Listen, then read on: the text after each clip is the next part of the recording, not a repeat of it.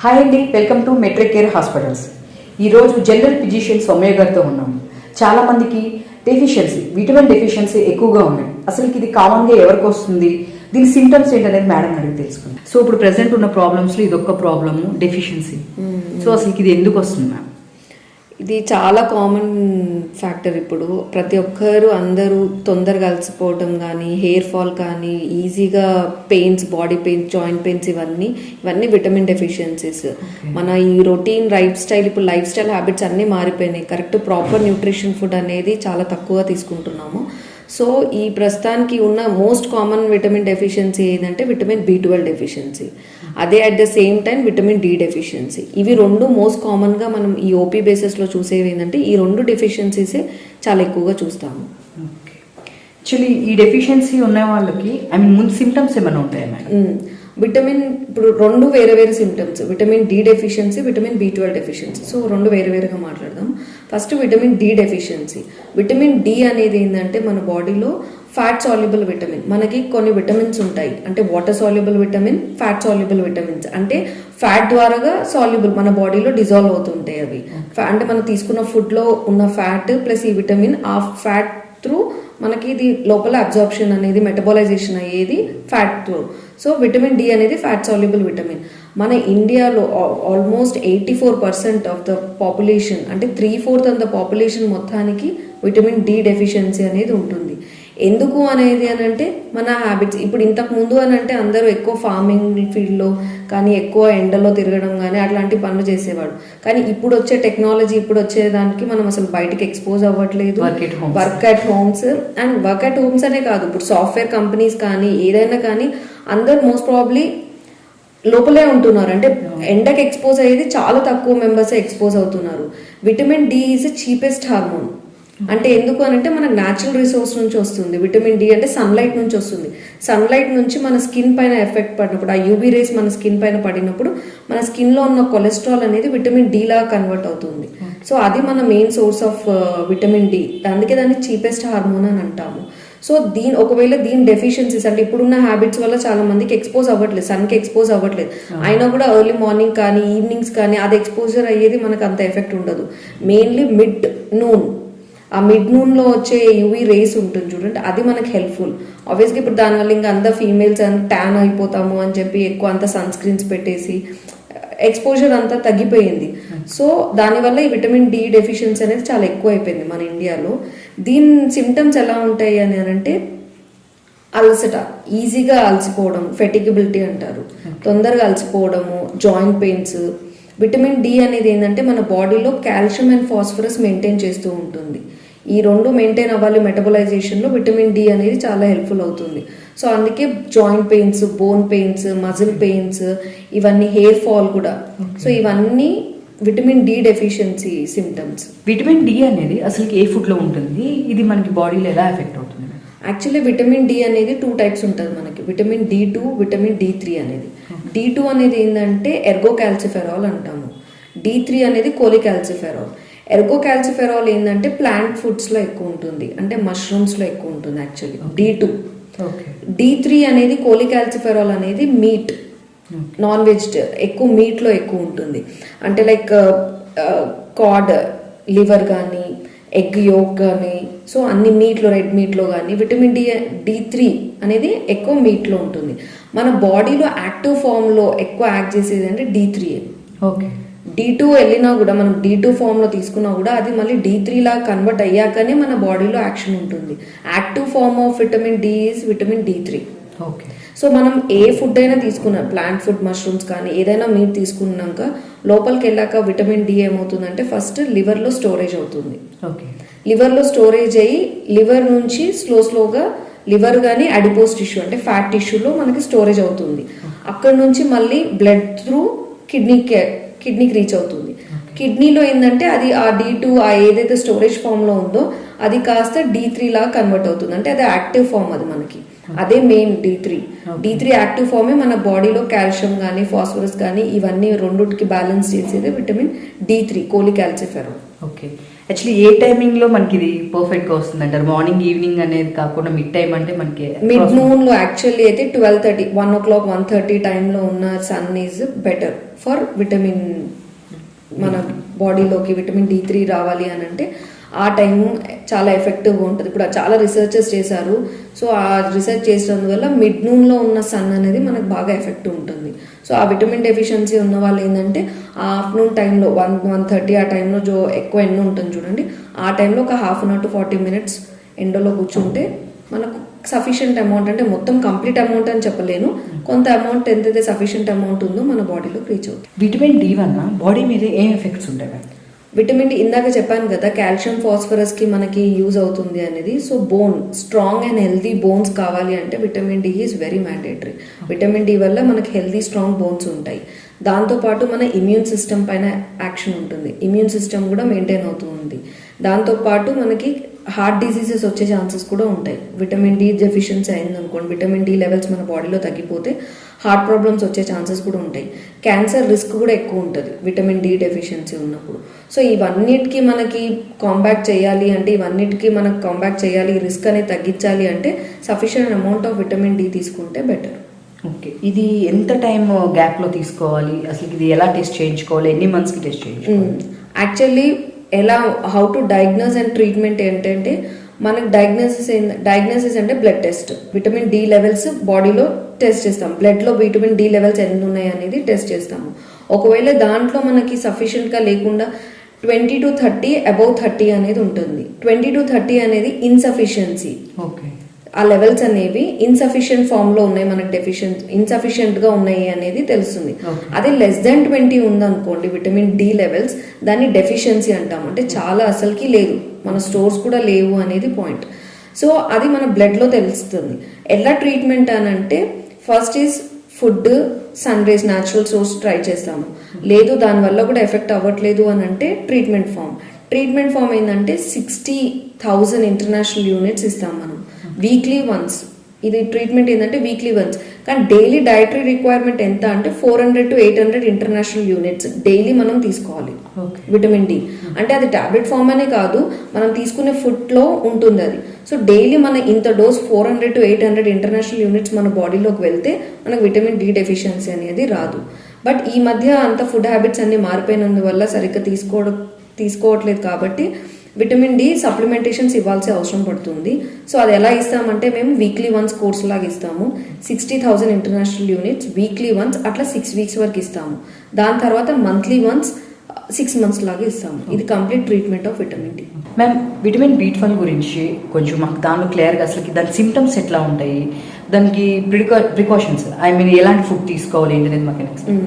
Vitamin B12 అనేది అది ఏంటంటే వాటర్ సాల్యుబుల్ విటమిన్. మీకు ఇందాక చెప్పాను కదా, విటమిన్ డి అనేది ఫ్యాట్ సాల్యుబుల్ విటమిన్. విటమిన్ డితో పాటు AEK మనకు విటమిన్స్ ఇవన్నీ ఉంటాయి, అవన్నీ ఫ్యాట్ సాల్యుబుల్ విటమిన్స్. మనకి విటమిన్ బి, విటమిన్ సి అనేవి 2 వాటర్ సాల్యుబుల్ విటమిన్స్. సో దాంట్లో ఓవరాల్ విటమిన్ బి అనేది ఏంటంటే 12 types ఉంటాయి. B1, B2, B3, B4 ఇవన్నీ ఎక్కువ ఉంటాయి, B12 వరకు ఉంటుంది. సో ఇప్పుడు మనం మాట్లాడుతుంది B12 అనేది ఏంటంటే అది హార్మోన్, మోస్ట్లీ రెడ్ మీట్ అంటే మీట్లోనే ఉంటుంది. అది వెజిటేరియన్స్, అందుకే వీగన్ వాళ్ళకి ఏంటంటే vitamin B12 deficiency most probably ఎక్కువ వచ్చేది వెజిటేరియన్స్కే వస్తుంది. ఎందుకంటే ఇది కంప్లీట్గా మీట్లోనే ఉంటుంది, రెడ్ మీట్లో కానీ లివర్లో కానీ, ఇదంతా ఎక్కువ నాన్ వెజిటేరియన్స్ అంటే మీట్లోనే ఉంటుంది. దీని సిమ్టమ్స్ ఎలా ఉంటాయంటే, యాక్చువల్లీ విటమిన్ B12 పని ఏం చేస్తుందంటే లోపలికి వెళ్ళాక మన DNA ప్రొడక్షన్కి హెల్ప్ చేస్తుంది విటమిన్ B12. సో ఆ DNA ప్రొడక్షన్ వల్ల ఒకవేళ సరిగ్గా ప్రొడ్యూస్ అవ్వలేదు అని అనుకుంటే మనకి అనీమియా అనేది వస్తుంది. అంటే బ్లడ్ లెవెల్స్ తగ్గిపోతాయి, హెమోగ్లోబిన్ తగ్గిపోతుంది, అనీమియా. దాన్ని మెగలోబ్లాస్టిక్ అనీమియా అని అంటాం మేము, డైమార్ఫిక్ అనీమియా ఆర్ మెగలోబ్లాస్టిక్ అనీమియా. ఆ అనీమియా వల్ల ఏమవుతుందంటే తొందరగా అల్సర్ రావడము, నీరసంగా ఉండడము, ఏం పని చేయాలనిపించకపోవడము. ఇంకొకటి దీనివల్ల ఏమవుతుందంటే మర్చిపోతూ ఉంటాం, డిమెన్షియా అంటాము, మతిమరుపు వస్తుంది. విటమిన్ B12 డెఫిషియన్సీలో ఏమవుతుందంటే మతిమరుపు వస్తుంది, డిమెన్షియా వస్తుంది. అండ్ దీంతో పాటు నరాల వీక్నెస్, తిమ్మిర్లు వస్తున్నాయి అంటారు కదా, యూజువల్ గా పేషెంట్స్ షుగర్ లేని వాళ్ళు కూడా కాళ్ళు చేతులు తిమ్మిర్లు వస్తున్నాయి. ఎందుకు అనంటే B12 వల్ల. ఎందుకు అనంటే మనకి నరాల పైన నర్వ్స్ పైన ఏంటంటే మైలిన్ అనేది ఉంటుంది. దానివల్లనే మనకి కండక్షన్ అనేది జరుగుతుంది. అంటే మన సెన్స్ అనేది తెలుస్తుంది. ఎందువల్ల అంటే ఆ మైలిన్ షీత్ వల్ల తెలుస్తుంది. ఆ మైలిన్ షీత్ ఫామ్ కావాల్సిన విటమిన్ అనేది B12 వల్ల ఆ మైలిన్ ఫార్మేషన్లో మనకి హెల్ప్ అవుతుంది. సో దానివల్ల ఏమవుతుందంటే మొత్తం నరాలు ఎఫెక్ట్ అయిపోతాయి. మైలిన్ ఫామ్ అవ్వదు మన బాడీలో. సో దానివల్ల మనకి నరాల్లో వీక్నెస్, నమ్నెస్, తిమ్మిర్లు ఎక్కువ వస్తుంటాయి. చేతులు కాళ్ళు తిమ్మిర్లు వస్తాయి. దాంతోపాటు ఇంకొకటి ఏమవుతుందంటే రెడ్నెస్ కానీ కొంచెం టాక్సిక్ డ్యామేజ్ జరుగుతుంది బాడీలో. ఎందుకు అని అంటే విటమిన్ B12 ఏం చేస్తుందంటే మన బాడీలో హోమోసిస్టిన్ అనే ఒక హార్మోన్ ఉంటుంది. ఆ హోమోసిస్టిన్ లెవెల్స్ని తగ్గిస్తుంది. సో అది తగ్గి ఉండడమే మంచిది మనకి. ఒకవేళ విటమిన్ B12 డెఫిషియన్సీ అయిందంటే విటమిన్ B12 లెవెల్స్ తగ్గిపోయినాయి అనుకోండి, హోమోసిస్టిన్ లెవెల్స్ ఎక్కువైపోతాయి. ఎందుకంటే దీన్ని తగ్గించే హార్మోన్ లేదు, విటమిన్ లేదు. సో దానివల్ల హోమోసిస్టిన్ ఎక్కువైపోయి ఏమవుతుందంటే మన బాడీలో ఇన్ఫ్లమేషన్ ఇంకా టాక్సిక్ డ్యామేజ్ ఎక్కువ జరుగుతుంది. సో ఇవన్నీ విటమిన్ B12కి ఏంటంటే చాలా వేరీడ్గా ఉంటుంది. మనకి డిమెన్షియా రావచ్చు, అంటే మతిమరుపు వస్తుంది, అల్సట వస్తుంది, హెయిర్ ఫాల్ కానీ, బాడీ పెయిన్స్ కానీ, తిమ్మిర్లు కానీ, ఇంకా అంత టాక్సిక్ డ్యామేజ్ జరుగుతూ ఉంది దీనివల్ల. సో ఇవన్నీ symptoms vitamin B12. So vitamin B12 దేంట్లో ఉంటుంది అనేది అంటే ఎక్కువ మీట్ ఫుడ్స్ చెప్పాను కదా, మనకి నాన్ వెజ్ అంటే రెడ్ మీట్లో కానీ ఇవన్నీ ఎక్కువ మీట్లోనే ఉంటుంది. మరి వీగన్స్కి ఎట్లా, ఇది వెజిటేరియన్స్కి ఎలా అనేది అని అంటే వాళ్ళకి ఏంటంటే ఇప్పుడు mostly curd and pure milk ఉంటుంది కదా, అంటే ఫ్యాట్ తీసేసి ఫ్యాట్ అట్లాంటి ఫుడ్స్ కాకుండా ప్యూర్ కర్డ్ కానీ ప్యూర్ మిల్క్ ఉంటుంది కదా, కౌ మిల్క్ అట్లాంటివి, దాంట్లో కొంత వరకు ఉంటుంది. దాంతోపాటు ఫార్టిఫైడ్ మిల్లెట్స్ అనేది ఉంటుంది. అంటే విటమిన్ B12తో ఫార్టిఫైజేషన్ చేసి మనకు సేల్ చేస్తారు, అంటే B12 యాడ్ చేసి కొంచెం దాంట్లోకి. సో అట్లాంటి ఫుడ్స్ వాళ్ళకి ఇంకా వీగన్ వాళ్ళు అదొకటి ప్రిస్క్రైబ్ చేసుకోవడం బెటర్. డ్రగ్స్ ఏమైనా తీసుకుంటే విటమిన్ డెఫిషియన్సీ ఏమైనా ఉంటుందా దానివల్ల ఎఫెక్ట్? ఉంటుందండి. ఇప్పుడు ప్రతి దానికి డ్రగ్ ఇంట్రాక్షన్స్ అనేవి ఉంటుంది. కొన్ని డ్రగ్స్ ఇప్పుడు మోస్ట్ కామన్లో మనం డయాబెటిక్ పేషెంట్స్కి ఇచ్చే డ్రగ్ ఏంటంటే మెట్ఫార్మిన్ అనే డ్రగ్ ఉంటుంది. అది షుగర్ పేషెంట్స్కి ఇస్తాము మేము. ఆ మెట్ఫార్మిన్ వల్ల విటమిన్ B12 డెఫిషియన్సీ వస్తుంది. ఆ మెట్ఫార్మిన్ ఏం చేస్తుందంటే ఆ విటమిన్ B12 ఫార్మేషన్ దాని మధ్యలో యాక్షన్, ఆ పాత్వే ఉంటుంది ఫార్మేషన్. మనకు కొన్ని స్టెప్స్ ఉంటాయి బాడీలో, అది ఫామ్ అవ్వడం, దాని యాక్షన్స్ ఎలా ఉంటుంది. అలా విటమిన్ B12 ఫార్మేషన్ దాంట్లో మెట్ఫార్మిన్ అనేది ఎఫెక్ట్ ఉంటుంది. సో దానివల్ల కూడా అందుకే ఎప్పుడు కానీ షుగర్ పేషెంట్స్కి మెట్ఫార్మిన్ తీసుకుంటున్నాం. మెయిన్లీ మెట్ఫార్మిన్ తీసుకున్న పేషెంట్స్కి ఏంటంటే ఫ్రీక్వెంట్గా మనం HB టెస్ట్ చేయించుకుంటూ ఉంటాం. అండ్ తిమ్మిర్లు, వాళ్ళకు కూడా తిమ్మిర్లు వస్తాయి. కానీ చాలామంది ఏమనుకుంటారంటే అరే షుగర్ పేషెంట్స్ కదా దానివల్ల తిమ్మిర్ వస్తుందని. కాదు, అది ఒక కాంప్లికేషన్. దాంతోపాటు విటమిన్ B12 ఒక కాంప్లికేషన్ కూడా వస్తుంది, ఎందుకంటే మెట్ఫార్మిన్ వల్ల. మెట్ఫార్మినే కాకుండా కాల్చిసిన్ అనే డ్రగ్, ఇంకొక క్లోరంఫెనికాల్, ఈ డ్రగ్స్ కూడా మనకి విటమిన్ B12 డెఫిషియన్సీకి, అంటే లైక్ ఈ డ్రగ్స్ యూజ్ చేస్తే విటమిన్ B12 లెవెల్స్ అనేది కూడా తగ్గిపోతుంటాయి. సో ఇవి డ్రగ్ ఇంట్రాక్షన్స్ ఉంటాయి. ఓకే, మేము ఇప్పుడు థైరాయిడ్ అనేది కూడా ఒక డ్రగ్ కదా, అది కూడా వాళ్ళు టాబ్లెట్స్ యూజ్ చేస్తారు కదా. సో వాళ్ళకి ఏమైనా దీని గురించి B12 ఎఫెక్ట్? లేదు, థైరాయిడ్కి దీనికి డ్రగ్ ఇంట్రాక్షన్స్ ఏం లేవు. థైరాయిడ్ వల్ల B12 డెఫిషియన్సీ అట్లాంటివి అయితే ఏం లేవు. షుగర్ పేషెంట్స్లో అది కూడా మెట్ఫార్మిన్ యూజ్ చేసే వాళ్ళే కొంచెం జాగ్రత్తగా ఉండాలి. ఓకే, ఇట్లా బీపీ, బ్లడ్ ప్రెషర్ వాళ్ళు కూడా ఏమన్నా ఉంటుంది? బీపీ ఇప్పటివరకు అయితే యాంటీ హైపర్టెన్సివ్స్ అంటే బీపీ కంట్రోల్ చేసే డ్రగ్స్ ఏవి దాని డ్రగ్ ఇంట్రాక్షన్స్ రాలేదు విటమిన్ B12లో. ఓన్లీ మెట్ఫార్మిన్, కాల్చిసిన్, క్లోరంఫెనికాల్ అనేది యాంటీబయాటిక్, కాల్చిసిన్ అనేది మనం దీనికి యూజ్ చేస్తాం, మలేరియా ట్రీట్మెంట్కి యూజ్ చేస్తాం. సో ఈ మూడుకి ఇంట్రాక్షన్స్ ఉన్నాయి అనేది తెలుసు. సో ఇప్పుడు ప్రెసెంట్ ఆఫ్రికాలో సంథింగ్ ఎక్కడో ఒక వేరియంట్ కనుక్కున్నాము, థర్డ్ వేవ్ స్టార్ట్ అయింది అంటున్నారు. అసలు ఆ వేరియంట్ ఏంటి మ్యామ్? అసలు ఒమైక్రాన్ వేరియంట్ అనేది కొత్తగా డిటెక్ట్ అయింది సౌత్ ఆఫ్రికాలో. అది ఏంటంటే కొంచెం చాలా డేంజరస్ వైరస్, అంటే మ్యూటేషన్స్ అనేవి ఎక్కువ ఉన్నాయి ఆ వైరస్లో. మనకి ఎఫెక్ట్ అయినది, ఇప్పటివరకు ఎఫెక్ట్ అయినది ఏంటి, ఫస్ట్ వేవ్ సెకండ్ వేవ్లో వచ్చే వైరస్కి ఏంటంటే మ్యూటేషన్స్ చాలా తక్కువ ఉండే, ఒక 2-3 మ్యూటేషన్స్ ఉండే. కానీ ఆ వేరియంట్లో ఏంటంటే మ్యూటేషన్స్ ఎక్కువ ఉన్నాయి అని అంటే ఏమవుతుంది, మనకి తొందరగా ఆ వ్యాక్సినేషన్ తొందరగా ప్రొడ్యూస్ అవ్వదు, దాని ఎఫెక్ట్స్ అనేది సివియర్గా ఉంటాయి, చాలా డ్రాస్టిక్, చాలా సివియారిటీ ఉంటుంది. అది ఇప్పుడు వరకు అంటే ఎక్కువ స్టడీస్ జరగలేదు దాని గురించి. వేగ్గా కొన్ని అక్కడ నుంచి వచ్చిన ఇన్ఫర్మేషన్ ఏంటంటే వీళ్ళంతా ఫీవర్ లేకుండా, ఇంతకు ముందు అంతా ఏమొచ్చింది మనకి ఫీవర్ కాఫ్ కంపల్సరీ ఉంటుందని. ఇప్పుడు ఆ దాంట్లో డైరెక్ట్ ఫీవర్ కాఫ్ లేకుండా డైరెక్ట్ జాయింట్ పెయిన్స్, వీక్నెస్, డైరెక్ట్గా లంగ్ ఎఫెక్ట్ అవుతుంది అనే పాయింట్ తెలుస్తుంది. అంటే ఎక్కువ స్టడీస్ జరగలేదు, సో దానిపైన ఎక్కువ కమెంట్ చేయలేము. ఇప్పటివరకు కొంచెం ఇన్ఫర్మేషన్ ఏదైతే వస్తుందో దాన్ని బట్టి ఏంటంటే ఫీవర్ లేకపోయినా కూడా జాయింట్ పెయిన్స్ కానీ, బాడీ పెయిన్స్ కానీ, వీక్నెస్ కానీ ఇట్లాంటివి ఉన్నాయి అని అంటే టెస్ట్ చేసుకోవడం బెటర్. కానీ మనకి ఇప్పుడు ఆ వేరియంట్ టెస్ట్ రావడం అనేది కూడా ఇప్పటివరకు రాలేదు. మన ల్యాబ్లో అది డిటెక్ట్ అవ్వడం కూడా కష్టము, నెగిటివే వస్తుంది. ఎందుకు అని అంటే నేసోఫారింజల్గా ఇంతకుముందు మనకి ఇప్పుడు మనం నేసోఫారింగ్స్లో నుంచి చూసాము కదా, టెస్ట్ చేసి చూసాము, అక్కడ ఇనాక్యులేషన్ తక్కువ ఉంటుంది. అది చాలా డేంజరస్ గా, బాగా ఎక్కువ మ్యూటేషన్, డైరెక్ట్ లంగ్ ఎఫెక్ట్ ఉంటుంది. సో నెగిటివ్ వచ్చే ఛాన్సెస్ ఎక్కువ ఉన్నాయి. సో మనం సిమ్టమ్స్ ని చూసి కొన్ని బ్లడ్ టెస్ట్, అంటే లోపల బాడీలో ఒక వైరస్, ఏ వైరస్ అయినా వెళ్ళినప్పుడు ఇన్ఫ్లమేటరీ మార్కర్స్ అనేవి కొంచెం ఎక్కువ అవుతాయి.